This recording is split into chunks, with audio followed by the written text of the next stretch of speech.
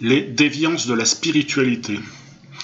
Il y a plus de cas de déviance que de cas honnêtes dans la spiritualité au sens large du terme. Donc, méfiance à celui qui est en recherche intérieure, car les pièges sont partout. Elles sont partout, ces déviances. La plupart du temps avec des gourous de groupements pseudo-spirituels ou des thérapeutes holistiques. Il y a beaucoup de faux prophètes et de faux gourous qui, sous la mode du nouvel âge, ont vu un moyen de s'enrichir sur le dos d'adeptes crédules et faibles psychologiquement. Plus le discours est délirant et plus ça attire les foules. Donc méfiance, ne crois pas à toutes les conneries qui se disent. Il faut toujours faire marcher son discernement. En plus, l'enseignant ou le gourou a forcément une limite dans son domaine. Quand tu sais qu'il n'y a pas de limite à avoir dans le domaine de l'énergie, tu comprends que tu ne peux faire le chemin que par toi-même et seul. Seule l'expérimentation personnelle te permet d'avoir un avis sur un enseignant s'il agit pour le bien de toute l'humanité ou seulement pour son bien personnel. J'ai connu sur Facebook un gourou que je nommerai pas qui dit être en phase de dématérialisation de son corps physique en avançant pour preuve des photos prises avec un appareil numérique et retouché à ce qui ressemble à de la pixelisation numérique grossière, et le pire, c'est qu'il y a des adeptes qui croient dur comme fer que c'est la pure vérité. Et ils sont prêts à payer des fortunes pour des stages et autres gadgets les plus inutiles qui soient. Pourtant, ce gourou prend des repas comme tout le monde, et trouve toujours une excuse pour pouvoir justifier de manger et de demander des sommes folles dans les stages et les abonnements annuels. Sans abonnement annuel, tu n'as pas accès aux stages hyper chers. Non mais la folie quoi. Mais des crédules sont chauds à voir. J'en ai connu une crédule via Facebook qui galère pour survivre et se serre la ceinture comme jamais pour pouvoir payer l'abonnement. J'ai bien essayé de lui écrire pour qu'elle prenne conscience elle-même que c'était une escroquerie, mais non, c'est pas possible, elle est trop fanatique. J'ai rien pu faire pour la sortir de là. Selon ce gourou, Dieu est une femme et elle est noire. Tu vois le niveau de connerie. Plus la connerie est grosse et plus ça passe.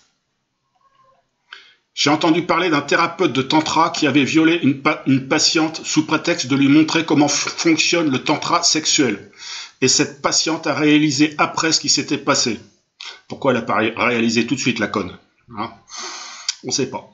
Dans le tantra et dans la kundalini sexuelle, il y a toujours beaucoup de déviance. Donc attention aux faux thérapeutes qui en profitent. Méfiance et vigilance. Des stages sont organisés en tantra blanc et en tantra rouge. Le blanc, ça reste de loin. Mais le rouge, c'est la pénétration assurée. Pourquoi il y a beaucoup de célibataires qui vont dans ce genre de stage? Je ne vais pas te faire un dessin. Oui, ça existe de nos jours, ce genre de déviance. Je ne connais pas tout, mais j'ai des amis en recherche qui me donnent leurs anecdotes les plus fumantes les unes que les autres. J'ai entendu parler d'un gourou qui mettait des limites à la réception de l'énergie, en mettant un poing en l'air comme pour freiner l'énergie. On est déjà très limité en tant qu'humain, c'est pas pour se mettre des limites exprès encore un peu plus, c'est du n'importe quoi. Dans le domaine de l'énergie, il n'y a pas de limite à avoir. Plus tu reçois de l'énergie et plus ton corps s'habitue à cette intensité et tu peux recevoir encore plus d'énergie balèze. Ça fonctionne comme ça. Normalement, si un enseignant, peu importe son domaine de prédilection, demande un tarif exorbitant, c'est qu'il s'agit d'une part d'une escroquerie et d'une autre part que l'enseignant est dans un esprit faux, donc prudence et fuit. Voir aussi le texte thérapeute et thérapeute que tu trouveras, que je ferai probablement une vidéo un de ces jours, mais que tu trouveras à la lecture sur mon site internet de mon livre que je suis en train d'écrire. Dès l'instant où l'enseignant tire un bénéfice financier ou de pouvoir sur ses adeptes, fuit à toutes jambes et très vite. S'il te dit que c'est seulement dans son groupe que les choses se passent, ou que c'est seulement chez eux qu'ils détiennent la vérité, fuis, il n'y a pas qu'une seule vérité. Non mais attends, fais fonctionner ton discernement et apprends à réfléchir par toi-même avant de croire à tout et à n'importe quoi. Je fais une parenthèse. En Inde, par exemple, dans les ashrams, tout est gratuit.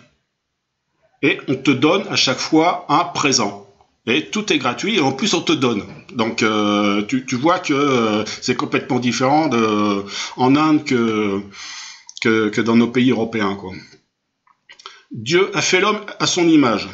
Ça veut dire que l'homme ressemble à Dieu et pas le contraire. Dieu ne ressemble pas à un homme, ne sois pas con. Donc chaque personne a le potentiel de Dieu en lui. Tu as tout à l'intérieur de toi pour te réaliser spirituellement. Tu n'as pas besoin de gourou ou d'enseignants te faisant payer des fortunes. Tu peux prendre ce qui t'intéresse dans un enseignement quelconque pas cher et te barrer. Rester dans un groupement toute ta vie ne sert pas ta dimension spirituelle. Tu dois pour ça en partir et expérimenter par toi-même, car c'est toi-même qui vas faire le travail d'élévation énergétique et personne d'autre. Donc, un gourou ou un enseignant peut être utile pour te montrer la voie, mais ensuite tu te barres pour expérimenter par toi-même.